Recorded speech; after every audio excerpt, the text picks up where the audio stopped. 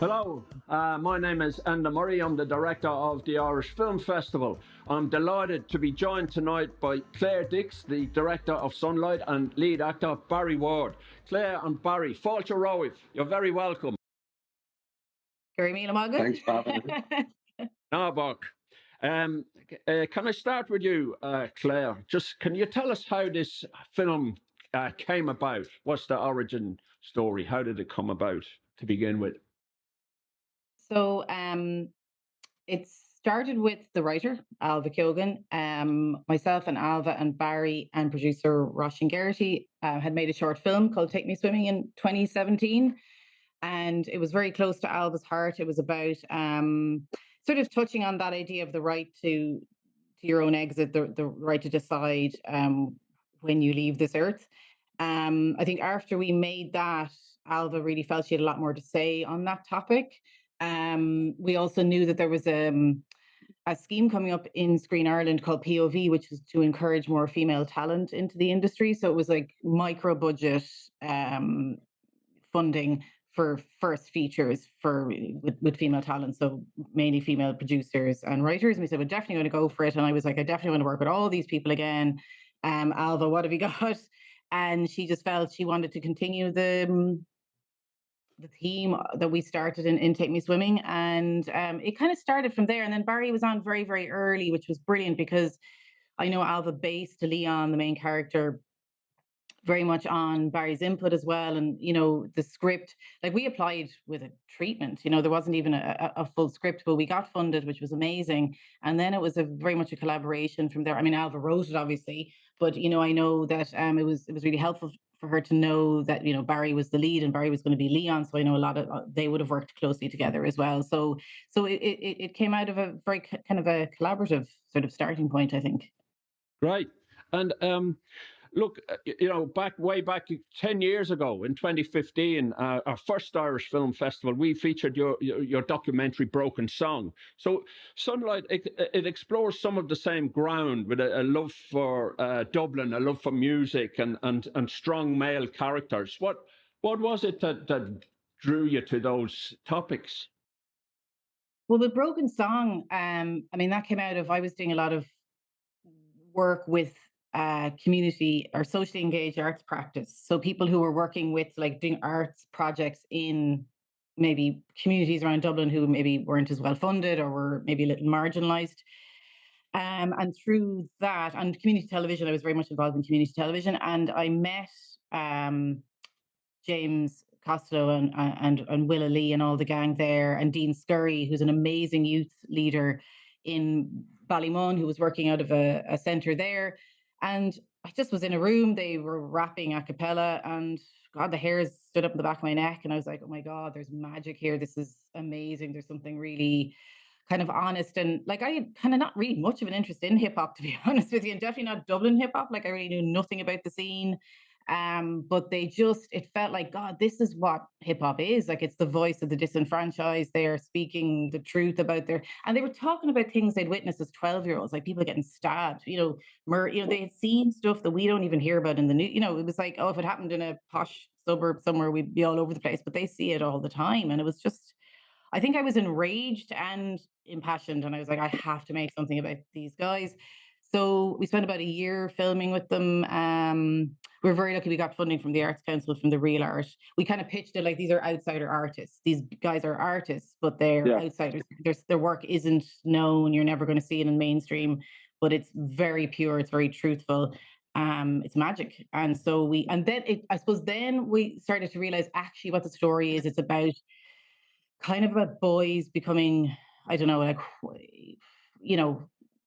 there was maybe, what is their identity was very much, they could either join a gang in some of these areas, and there were some people like Dean Scurry were saying there is another way. And they literally would tell you that art and music and writing saved their lives, so.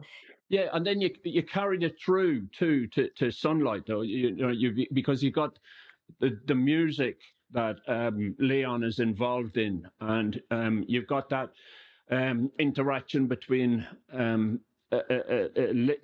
Leon and Ivor, So, but a female director with this, the kind of a male bonding role. Yeah. Yeah, that's true. And I mean, it wasn't really intentional. I was like, oh, I want to tell stories about, male story. It wasn't really that. I think it was just like, I kind of tend to like, if I feel the story, I can do something with it, or I really fall in love with it, that's what I want to make. So maybe it was a bit of a coincidence. Also like the strong musical aspect very much would have come from Alva as well, that she felt that, she wanted Leon to be a musician. And so that was again coming from her. So I was just lucky, I think, with the collaborations on Sunlight, that it all sort of came together. And I think again we really wanted to work with Barry, and I think working with Barry and Take Me Swimming really kind of opened my eyes to what that director actor collaboration could be. And I was like, I want to do that again. So a lot of kind of like happy coincidences, I think. Yeah. Great. Okay, hey Barry, that you're no stranger to the Australian Film Festival yourself. We saw you in Maze in 2018, and then the Wonderfully Funny Extraordinary in 2020. What was it? Claire said you were involved early on. What was it that attracted you to the project? This project? Like Claire said, when we all made a short movie together in Kerry over a few days, it was such an enjoyable experience and a really kind of fruitful collaboration. And I think as a team, the four of us, myself and Claire and Alva, our writer, and Roisin, our producer, we just had a really nice camaraderie, and we were all, I think, interested in similar things, but also bringing different skill sets to the table. And in a way, it was all very complementary, and yeah, like Claire said, we all felt that it would be great to do something together again. So when Sunlight, that's POV scheme, came about and we applied with Sunlight, we were all just thrilled that we got it, and very excited to work together on a longer format, a longer form film. So yeah, it was really the people, and I guess from then on it was working quite closely with Alva and teasing out a script, and Alva's really great at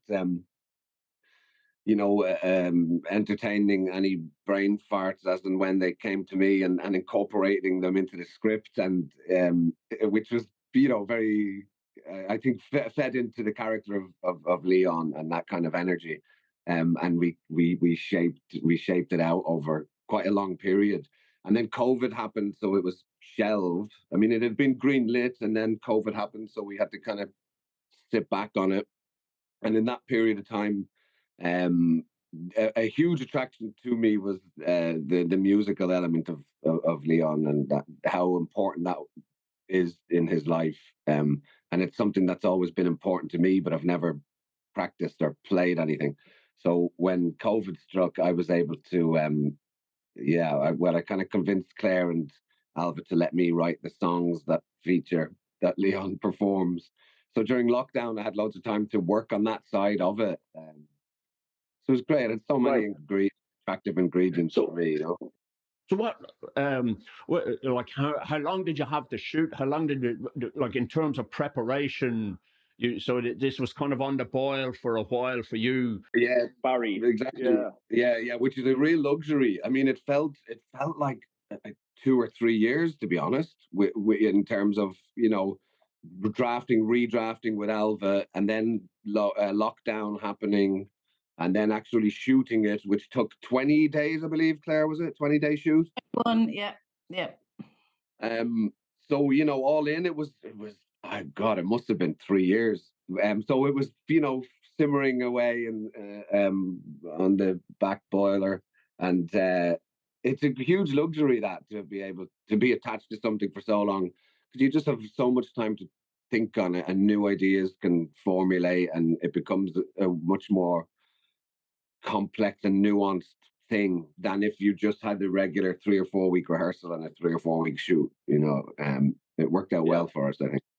Cool. Hey, Claire, I know this was your first drama feature, but you've made several documentaries in the past. What was the main difference for you moving from making a documentary to making a drama as a director?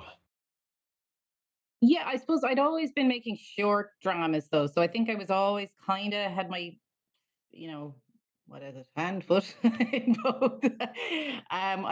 So I felt it was my first feature though, and like there's a massive difference. I mean, I think with a documentary, you can kind of like not all your shooting. Well, I mean, it depends on the project, but the way I would work is like you're kind of chipping away. We'll go film a little bit here. We'll go, what are they doing now? What are they doing? With observational anyway. That's kind of how you do it. So it's much more relaxed the shooting, and you're kind of some days like I mean, we would have shot tons of stuff that never made it in, and I mean, even with Broken Song, you're really getting to know somebody. So like I think the first even maybe a couple of weeks, you don't maybe a lot of that footage isn't even used, because a lot of it is just like, okay, we're just getting the guys used to the camera and being around them and all that sort of stuff and getting to know their families. And okay, this guy is now suddenly a character, suddenly this guy is up in court for, so you're kind of you're reacting to what's happening.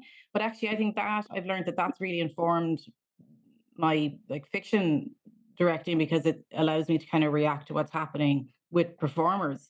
And I don't really like storyboarding. I don't really like having it all nailed down beforehand. I think I would get a bit, I think it would feel a bit formulaic. So I think some of the approach to Sunlight was that we were gonna, like I spoke to Narian about like, no, they were very small. Our locations were small, like our interiors were small. So he was able to light it in such a way that like Barry could go kind of more or less where he wanted in the scene, and Narian could sort of follow him around. So if he felt like he wanted to do something, Narian would be able to just, the DOP could follow him and that wouldn't mess up our shot or, oh, that's not what I thought I wanted, this sort of thing. So, but again, like Barry said, we had a massive lead in because of COVID. We had an entire year's extra worth of pre-production, which was frustrating in one sense because we felt like we were ready to go one year and then suddenly it was like, oh, okay, we can't film. But I know it was great for in other respects, like Barry and Seamus got to write an album of music as Leon, I think. So yeah. Cool. Hey, Barry, I was going to ask you about the scene. I love the scene where you're riding through the suburbs of Dublin with the Fontaines track playing in the background. How do you approach those guys? Maybe Claire, you might be able to comment on this, but what was it like to get in touch with these guys and say, hey, we're going to make a movie? Did they turn up on time, or what was it like? Well, actually, our camera assistant, I think, was in a band with one of the Fontaines a long time ago and knew him. He was one of his friends from school. And I was like, Carl, could you send, could you give me a little phone call there? Because we were playing, that's the music we wanted from the start. And like we were playing that on the day, like Narian was listening to it and we knew that's kind of how we were going with it and everything. And then we're like, oh, but we're never going to get it. But then, oh, well, Carl knows so and so. So various different avenues were explored, and eventually, to the credit, sorry, with the guys riding the ponies. So that kind of relationship there, the young lads, in the stables and the guys who were riding the horses with you. Yes. I was interested. Yeah. No, there was the young guys are actors. Now there were like we would have gone down to that stables a good bit and got to know one of the lads. Oh my God, I can't remember his name. I'm so sorry. He was amazing actually. He was like our horse wrangler. But he would have been great for. I think Barry and Lydia, you went out and practiced on the horses. You had lessons, I think, didn't you?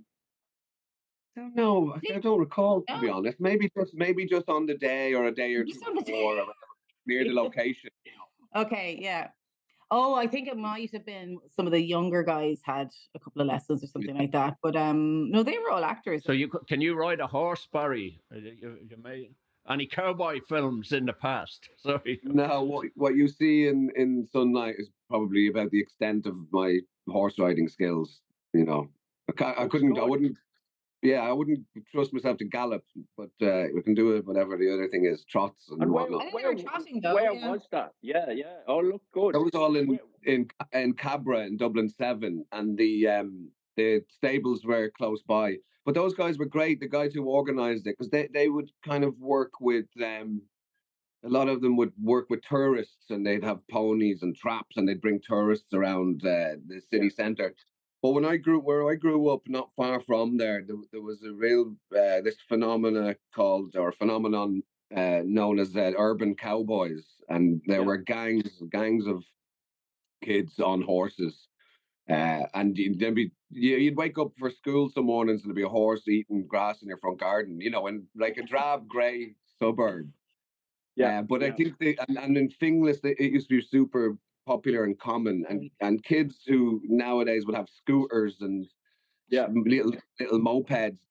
When I grew up, a lot of them had horses. There were gangs of kids on horses in urban areas. But I think it was clamped down, and I don't know, in the noughties. I think the government clamped down on it. So you don't see it as much anymore. What was Claire the most challenging part for making the film for you? Well, I think the delay with COVID was hard because we just wanted to get going, and then we had all our crew, like all our HODs, and then kind of one by one, when work started to come back after COVID. So we'll say we were supposed to shoot in August 2021, was it? 2020? Sorry, 2020. I can't even remember the dates now. Yeah, we thought we were then filming 2020, wouldn't it have been? We then thought, okay, we're going to April, and then we got pushed again. And so, through the jigs and the reels, it was August again the next year. And we lost like so many people. And we were constantly losing crew because they were getting, this was a very low paid job. And then they were getting, obviously after a year not working, they were taking, I don't blame them, the higher paid stuff. So that was hard because you were kind of up to the way you were kind of developing something with somebody, and suddenly, oh, they're gone. Okay, new person. Oh, they're gone. Okay, new. So, that I found that really hard. Yeah. And flip side, what was the most enjoyable thing for you when you're looking back? I just loved once we were filming, I was leaping out of the bed at whatever time in the morning, dying to get down to the set. I loved the filming of it, actually. And I thought I dreaded it because I kind of thought I liked the pre-production and the post-production more. Usually I kind of thought, okay, I can just be myself there and figure it out what it is. But actually, I really, really enjoyed. There was a lovely atmosphere on set, wasn't there, Barry? Like, there was a really nice vibe. Everyone was kind of in it together. It didn't feel pressurized at all. I think we felt like we had loads of time. It just went really well, and I just really, really enjoyed it. Grant and Barry, were there any moments that stick out for you in the filming? My inability tell us. My inability to push Ivor upstairs for real in a wheelchair. Oh Jesus, yeah, I in all this stuff. So we had to devise a pulley where two stronger lads could pull him up from the front. It's impossible to push a guy in a wheelchair up a ramp. Yeah, you've never been able to do that. No. Yeah. No, thoroughly enjoyable, and as Claire said, it was an amazing shooting experience, and I think, touching on what you said earlier, Claire, about coming from a documentary world and being more reactive and less prescriptive is an amazing way for me to work. I love that as well. You're always on your toes, and it's always, I don't know, it's kind of endlessly creative and room for improv, and you never knew what a day was going to bring. So it was, a time of feeling very alive, I think. Right. And that was great because like Barry was able to improv a lot of the lines Barry just came up with himself, and there was room to do that and space to do that. And Alva is amazing because she's not precious about, like, she just wanted it to work, so she didn't mind if actors were throwing in lines or changing lines a little bit. I mean, it's her work, but definitely there was a lot of the, as Barry said, more personality was even put into it, I think, by Barry and some of the other actors. Yeah. Right. Look, thanks a million for taking the time to chat to us, and good luck in the future. Slán agus Bannock. Slán, thanks, Enda. Thank you.